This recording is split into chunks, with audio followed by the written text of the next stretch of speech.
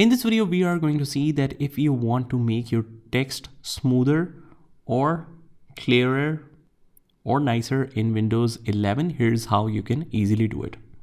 So as you can see, the text look sharp and crisp, but if you want to improve it even further, here's how you can do it.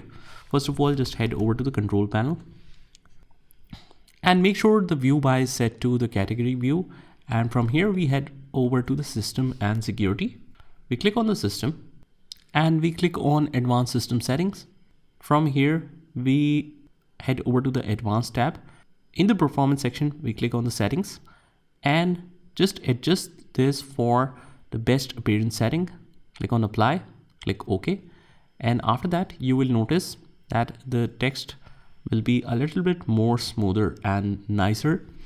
You might need to restart your PC once in order to make that effective, and that is how it works.